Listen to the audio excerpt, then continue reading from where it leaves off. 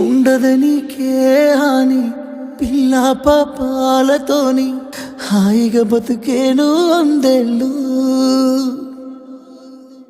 నువ్వు పువ్వులు అల్లుకొని పోతున్నవే అత్తగారింటికి, నే పువ్వులు జల్లుకొని పోతున్ననే కాలే తాటికి.